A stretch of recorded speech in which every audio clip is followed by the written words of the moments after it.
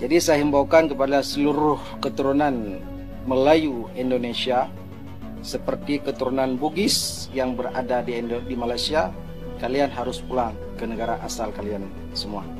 Seperti keturunan Jawa yang berada di Malaysia, yang kalian mendapat IC warga negara Malaysia daripada nenek moyang kalian dulu, pulang kalian ke Indonesia.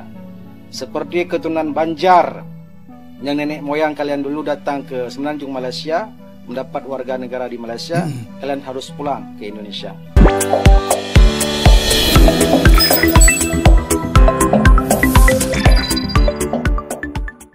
Assalamualaikum warahmatullahi wabarakatuh. Halo teman-teman, jumpa lagi di Aryan M Channel. Oke, buat teman-teman yang klik video ini, seperti biasanya saya harapkan mudah-mudahan teman-teman selalu dalam kondisi sehat walafiat, amin ya robbal alamin. Dan jangan lupa dukung channel ini dengan cara like juga subscribe. Oke, di kesempatan kali ini saya mau reaksi sebuah video dengan judul "Mulai Ditinggalkan TKI Indonesia, Malaysia bandingkan akhlak baik TKI Indonesia dengan Bangladesh" dari The Wanderer Channel. Dan sebelum kita berkomentar, tentunya kita akan lihat dulu videonya. Pada Februari kemarin, sebanyak 200 ribuan pekerja asing terdaftar di imigrasi Malaysia. Mayoritas berasal dari 5 negara: Bangladesh, Indonesia, Nepal, Myanmar, dan India. Malaysia bergantung pada pekerja asing itu untuk sektor konstruksi, jasa, perkebunan, pertanian, pertambangan, dan penggalian. Namun Indonesia tidak lagi menjadi tujuan utama migran mencari pekerjaan di Malaysia. Mereka lebih memilih Hong Kong, Taiwan, Jepang, dan Korsel karena gaji yang lebih tinggi dan kebijakan yang lebih ramah terhadap tenaga kerja Indonesia. Hal ini memberi kesan ketenangan bagi tenaga kerja Indonesia tanpa kekhawatiran serbuan tenaga kerja asing di sana. Kerana orang Melayu ni tak ada kebolehan, maka kita tak dapat capai matlamat kita. Saya punya pendapat bahawa kebolehan orang Melayu sama dengan orang lain, sama dengan orang Eropah, orang Cina, orang Jepun. Tetapi yang jadi masalahnya ialah budaya. Budaya di sini bermakna nilai hidup yang kita pegang. Kalau budaya kita ini sesuai dengan kemajuan, kita akan maju kerana kebolehan kita ada. Tetapi kita dapati umpamanya kita kurang tekun, kurang rajin bekerja, dan kadang-kadang kita kurang amanah. Kita cari cara yang mudah, kita tak nak cari benda yang berat, yang susah. Kalau boleh kita suruh orang lain, kalau kita ada duit kita pumpak orang lain. Sebab itu kita ketinggalan. Bukan kerana tak boleh, tapi kerana tak mau. Itu yang jadi masalah. Assalamualaikum dan selamat sejahtera sahabat-sahabat TikTok. Sejarah kemasukan pekerja asing dekat negara kita ni ramai bermula pada tahun 1980-an. Tapi masa tu kita ambil ramai pekerja asing warga Indonesia. Masa kita ambil warga asing Indonesia, tak adalah seteruk ni kes-kes jenayah berlaku. Masa tu saya rasa hidup orang tempatan masih aman lagi. Dengan orang Indonesia, dia punya budaya sama dengan kita, bercakap pun senang. Lepas tu ada sifat orang cakap tolong-menolong. Orang Indonesia dulu pun banyak dekat coket tu, tapi tak pernah pun cakap coket tu dia yang punya. Dia masih lagi hormat orang kita berniaga, tak adalah halau-halau. Tapi sejak kita ambil orang Asia Selatan ni masuk ke negara kita, macam-macam hal berlaku. Diorang nak claim Selayang, diorang punyalah. Diorang nak claim Sungai Buloh, diorang punyalah. Lepas tu diorang tak boleh terima hakikat, diorang langgar undang-undang, meniaga sesuka hati. Lepas tu apa lagi? Bawa kenderaan sesuka hati, ganggu-ganggu orang tempatan dekat Sungai Buloh dan Selayang sana. Itu yang membuatkan rakyat marah. Kalau diorang baik dan hormat macam orang Indonesia tu dengan rakyat tempatan, mungkin kita diam, mungkin kita tak adalah marah sangat. Tapi kalau kita tengok statistik peningkatan jenayah warga asing kali ni memang tinggi berbanding tahun 1980-an dulu. So sebagai rakyat Malaysia yang dah rasa tak aman dah sekarang ni, fikir-fikirkanlah apa yang perlu kita lakukan untuk kita sama-sama membasmi isu ni. Fikir-fikirkanlah, betul tak korang? Ni Bangla, ni Bangla sini buat satu kedai. Tengok sini dia boleh buka tepi jalan pun dia boleh buat satu kedai. Ini kerusi dia kasih taruh, dia cakap ini kereta, ini dah boleh parking. Indonesia memang udah jarang ya. Ini tak tahu siapa kasih lesen. Nanti besok ni DBKL mesti angkat tindakan DBKL Yang dagang semua Bangladesh. Assalamualaikum. Semoga kita semua dalam keadaan sehat walafiat. Bila saya lihat dan baca berita bahwasanya permasalahan WNI ataupun warga negara Indonesia yang mendapat status menjadi warga negara Malaysia dipermasalahkan sekarang. Jadi saya himbaukan kepada seluruh keturunan Melayu Indonesia seperti keturunan Bugis yang berada di Malaysia, kalian harus pulang ke negara asal kalian semua. Seperti keturunan Jawa yang berada di Malaysia, yang kalian mendapat IC warga negara Malaysia daripada nenek moyang kalian dulu, pulang kalian ke Indonesia. Seperti keturunan Banjar yang nenek moyang kalian dulu datang ke Semenanjung Malaysia, mendapat warga negara di Malaysia, kalian harus pulang ke Indonesia.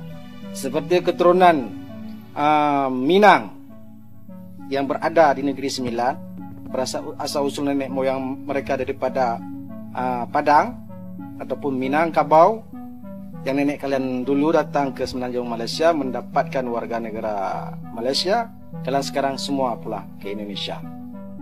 Karena saya lihat makin parah keadaan di Malaysia saat ini, dan saya himbaukan kepada kedutaan Indonesia yang berada di Malaysia.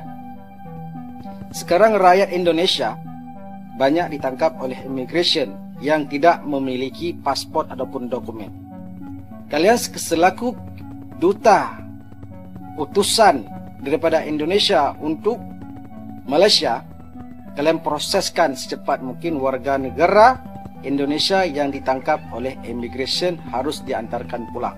Karena apa? Karena saya cukup berpengalaman macam mana rakyat Indonesia yang tidak memiliki pasport, dokumen, dicaci dan dimaki dan dihina oleh bangsa yang lupa akan kulitnya, seperti kacang lupa pada kulitnya. Jadi saya himbaukan kepada pihak pemerintahan pusat Jakarta seperti Presiden Jokowi, kalian harus memproseskan secepat mungkin warga negara Indonesia yang tidak memiliki pasport yang ditangkap oleh immigration, harus disegerakan dipulangkan mereka ke Indonesia. Karena di media kita lihat ada sepuak-puak keturunan mereka yang mengaku mereka keturunan Melayu, tapi saya pun tidak tahu asal usul Melayu mereka daripada keturunan mana. Mungkin Melayu mereka keturunan daripada Siam, Patani yang mendapat warga negara Semenanjung Malaysia, adapun keturunan mereka daripada Jawa yang mendapat warga negara Malaysia, adapun Bugis ataupun Banjar yang mendapat warga negara Malaysia, adapun Minang yang sudah menjadi warga negara Malaysia. Jadi hal perkara ini banyak orang Indonesia bermacam-macam suku kaum yang datang ke Malaysia tanpa ada dokumen. Dari segi undang-undang mereka memang bersalah, tetapi tidak patut mereka namai parti sebagai binatang ataupun parti yang kahwin dengan tempatan. Dia benci untuk bercakap dengan anak pembela pendatang. Ustadz Sofyan. Tetapi yang lucunya, nenek moyang dia dulu pendatang juga ke situ. Di saat mereka mendapat kemerdekaan oleh British, belagak lebih. Sekian, terima kasih. Assalamualaikum warahmatullahi wabarakatuh. Jadi kalau saya kata malas, bukanlah bermakna semua orang malas. Ada yang rajin, tapi umumnya orang Melayu lebih suka orang asing datang sini bekerja. Kalau negara kita ini menjadi negara berbilang kaum, sebabnya ialah kerana kita tak sanggup bekerja. Sebab itu orang India masuk sini menuri getah. Bukan orang Melayu tak menuri getah. Kita boleh tapi kita tak mahu. Kena bangun pukul 5 pagi dan sebagainya. Kita rajin tapi kita tak nak bangun. Lepas tu datang orang Cina. Orang Melayu dulu cakap ukir. Bila orang Cina datang, orang Cina ukir buat rumah lebih mudah, harga lebih rendah. Kita berhenti daripada buat rumah. Dinamika pekerja asing di Malaysia yang menjadi sorotan. Tersedianya lapangan kerja menarik bagi tenaga asing karena beberapa sektor pekerjaan tidak diminati oleh penduduk lokal Malaysia. Oke teman-teman ya, demikian satu ulasan video yang menarik sekali. Memang kalau kita melihat secara kuantitas, jumlah dari TKI Indonesia di Malaysia memang sekarang sudah berkurang sangat banyak sekali. Karena kenapa? Karena TKI Indonesia ya mungkin sebagian bekerja di Malaysia, dia memilih untuk mencari tempat-tempat kerja di negara lain seperti Arab, Korea, Taiwan. Walaupun demikian, di Malaysia juga masih banyak TKI Indonesia, tetapi itu TKI yang ilegal tanpa dokumen, tanpa paspor, tanpa surat yang sah. Tetapi ini bukan semata-mata kesalahan dari TKI Indonesia. Ini adalah kesalahan para sindikat tenaga kerja yang ada di Malaysia yang sengaja merekrut, membujuk ya, mengiming-imingi tenaga kerja yang ada di Indonesia untuk bisa masuk lewat jalan tikus. Dan dampak dari banyaknya imigran gelap ataupun pendatang haram yang mereka sebut, tadi ada satu cuplikan video di mana ada orang Malaysia yang mengatakan kalau bisa semua orang yang mempunyai keturunan darah Indonesia dari suku-suku Indonesia, baik itu Jawa, Bugis, Minang, dan sebagainya, yang sudah berstatus sebagai warga negara Malaysia itu harap dipulangkan. Ini satu pernyataan yang tidak etis sekali.